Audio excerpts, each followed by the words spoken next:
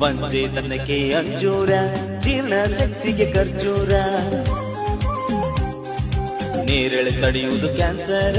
ಮೂಳೆ ವೃದ್ಧಿಗೆ ಪನ್ನೀರ, ಲೈಂಗಿಕ ಶಕ್ತಿಗೆ ನುಗ್ಗೆಕಾಯಿ, ಸಕ್ಕರೆ ಕಾಯಿಲೆಗೆ ಬಳಸಿ ಬೆಂಡೆಕಾಯಿ, ತಲೆ ಸುತ್ತಿಗೆ ಬಳಸಿ ನೆಲ್ಲಿಕಾಯಿ,